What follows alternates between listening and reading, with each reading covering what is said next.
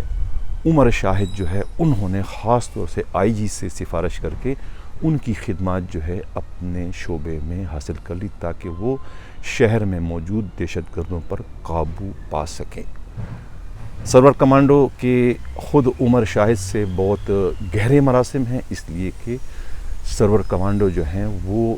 عمر شاہد کے والد شاہد حامد کے قتل کیس کے تفتیشی افسر تھے، جس کی وجہ سے سرور کمانڈو کا ان کے گھر آنا جانا رہا تھا، ان کے بہت ہی قریبی اس سے مراسم ہیں۔ یہی وجہ ہے کہ عمر شاہد نے خاص طور سے سرور کمانڈو کی خدمات جو ہے آئی جی سے سفارش کرا کے اپنے شعبے میں حاصل کی ہیں۔ اسی طریقے سے جو نعیم سناٹا ڈی ایس پی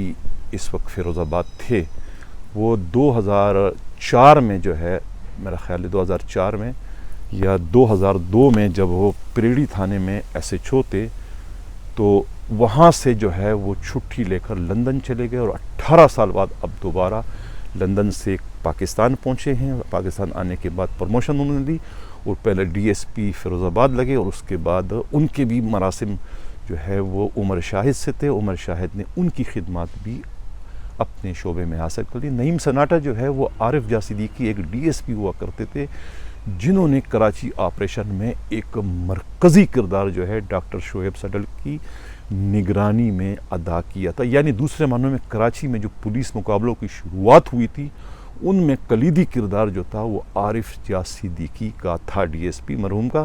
یہ نعیم سناٹا جو ہے یہ ان کے بھتیجے بھی ہیں اور داماد بھی ہیں، اور انہوں نے بھی اس آپریشن میں سرور کمانڈو کے ساتھ مل کر دہشت گردوں کے ناک میں چنے چبا دیے تھے، اور دہشت گرد ان کے نام سے گھبرایا کرتے تھے۔ یہی وجہ ہے کہ نعیم کو جو ہے سناٹا کا خطاب اس زمانے میں ملا، کہ نعیم جہاں سے گزرتے تھے وہاں ایک طریقے سے سناٹا پھیل جاتا تھا، دہشت گرد اپنے اپنے بلوں میں گھسنے پر مجبور ہو جایا کرتے تھے، اتنی ان کی دہشت تھی نعیم سناٹا کی۔ لیکن 2002 کے بعد جو ہے پھر یہ نہ جانے کیا ہوا کہ یہ چھٹی لے کے پاکستان سے لندن چلے گئے، اور 18 سال انہوں نے وہاں گزارے۔ 18 سال کے بعد اب یہ دوبارہ آئے ہیں، دوبارہ آنے کے بعد انہوں نے پروموشن لیا، اور پروموشن لینے کے بعد یہ ڈی ایس پی بنے، اور ڈی ایس پی بنتے ہی ان کو پہلے جو ہے وہ فیروز آباد تھانے کا سب ڈویژن کا چارج ملا، اس کے بعد ان کے بھی مراسم جو ہے لندن میں رہنے کی وجہ سے جو ہے عمر شاہد سے ہو گئے تھے، اور عمر شاہد نے ان کی بھی خدمات جو ہے وہ آئی جی سندھ سے اپنے شعبے کے لیے حاصل کر لی۔ اب دیکھنا یہ کہ ان دونوں قابل اور محنتی افسروں کو جو ہے عمر شاہد جو ہے وہ اپنے برانچ میں کون سی اہم پوسٹ دیتے ہیں، کہاں ان کی پوسٹنگ کرتے ہیں۔ لیکن ان کے آنے سے جو افسران وہاں پر آلریڈی کام کر رہے ہیں ان میں تھوڑی سی جو ہے وہ بے چینی کی لہر دوڑ گئی کہ کس کی جگہ پر ان کی پوسٹنگ ہونے جا رہی ہے۔ ایک اور خبر میں اسی میں شیئر کرتا رہوں کہ ابھی 3 دن پہلے یا 4 دن پہلے جو ہے یہ اطلاع ملی تھی کہ وزیر اعلیٰ سندھ کے جو پی ایس او ہیں فرخ بشیر، وہ اسلام آباد گئے تھے اپنے ہی کورس کے سلسلے میں، اور ایک شیراز نذیر کی جو پوسٹنگ ہوئی تھی، ٹرانسفر جو ان کا ہوا تھا ساؤتھ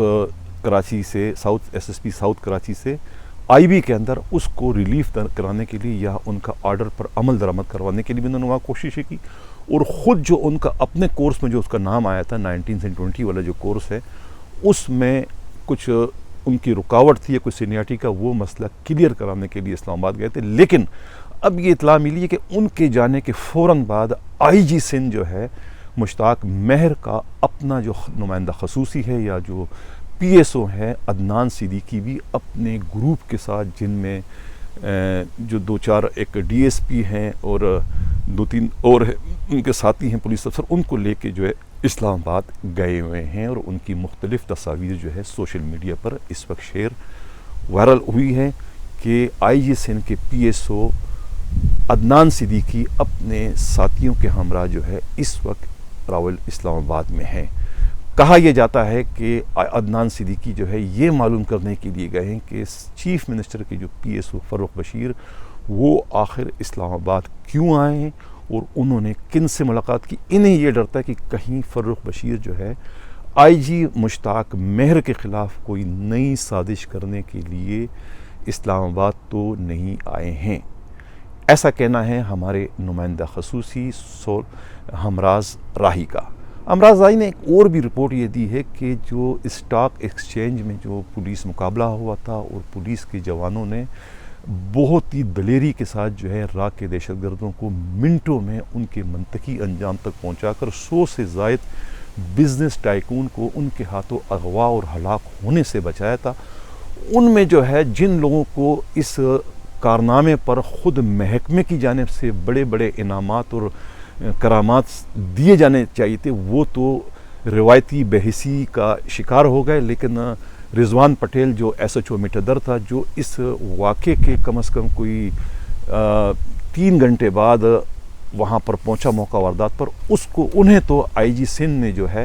وہ CC1 کا سرٹیفکیٹ دے دیا۔ اس طریقے سے جو ان کا حفیظ ہیڈ مورر ہے جو کہ موقع واردات پر آیا ہی نہیں تھا، انہیں بھی CC1 کا جو ہے سرٹیفکیٹ IG کی جانب سے دے دیا گیا ہے، لیکن جو وہاں پر موقع پہ موجود موبائل کے ڈرائیور تھے، دوسرے جو افسران تھے، انہیں نظر انداز کر دیا گیا۔ یہ حال ہے سندھ پولیس کے اندر کا۔ اب وفاق سے ان نوجوانوں کو، ان بہادروں کو جو غازی بن چکے ہیں، انہیں کوئی تمغہ ملتا ہے، کوئی انعام ملتا ہے کہ نہیں، اس کے بارے میں کچھ نہیں کہا جا سکتا، لیکن محکمے کی اپنے اندر سے جو ہے ان جوانوں کو جو ہے ایک طریقے سے ہری جھنڈی دکھا دی گئی ہے۔ رضوان پٹیل جو کہ PSO ہیں کس کے، اپنے SSP ساؤتھ کے، SSP سٹی کے، اور ان کی وجہ سے جو ہے IG نے جو ہے انہیں CC1 سے نوازا ہے۔ اسی طرح سے ان کا ہیڈ مورر جو موقع واردات میں بالکل بھی نہیں آیا تھا، حفیظ آوان کو، ان کو بھی CC1 دے دیا گیا ہے۔ یہ ہے سندھ پولیس کی بے رخی، یا اس کی میں کس نام سے اس کو پکاروں، لیکن یہ سندھ پولیس کی یہ زیادتی ہے، اس کے سوا میں کچھ نہیں کہہ سکتا۔ اسی وجہ سے جو ہے پولیس کے ان جوانوں میں بددلی، بے چینی پھیل جاتی ہے جو کہ ڈیوٹیاں کرتے ہیں اور اسپاٹ پر ہوتے ہیں، وہ لوگ پھر جو ہے دل جمعی سے اپنے فرائض سر انجام نہیں دیتے ہیں۔ لیکن اس کے بارے میں جو ہے وہ IG مشتاق مہر کو سوچنا چاہیے، اور خود جو ہے CCPO کراچی جو ہیں غلام نبی میمن کو بھی یہ اس بات کا احساس ہونا چاہیے کہ جو نوجوان جو ہے وہ اپنی زندگی کو خطرے میں ڈال کے سے رحیم شاہ سب انسپکٹر گلستان جوہر کا پچھلے جو 2 ہفتے پہلے جو شہید ہو چکے تھے دہشت گردوں کی فائرنگ سے، اس طریقے سے دیکھو قربانیاں جو ہیں وہ فیلڈ کے افسران اور اہلکار دیتے ہیں، یہ ٹھنڈے کمروں میں بیٹھے PSP افسران نہیں دیتے ہیں جو تمغے لینے کے لیے اور اعزازات لینے کے لیے آگے ہوتے ہیں، یہ تو کبھی بھی موقع واردات میں نہیں آتے، لیکن انعامات اور کرامات جو ہے وہ انہی پر ان کی بارش ہوتی ہے۔ اب اس سے قبل کہ میں آپ سے اجازت چاہوں، پھر میں وہی اپیل، وہی درخواست کروں گا کہ میری پش پر جو ٹیم کام کر رہی ہے، ان کی حوصلہ افزائی کے لیے اس چینل کو سبسکرائب بھی کریں، لائک بھی کریں اور شیئر بھی کریں، تاکہ یہ حق و صداقت کا یہ سلسلہ اسی طرح سے آگے چلتا رہے اور گندے انڈے جو ہیں، حرام خور جو ہیں پولیس کے، وہ اسی طریقے سے بے نقاب ہوتے رہیں۔ اسی کے ساتھ میں اجازت چاہتا ہوں، اللہ حافظ۔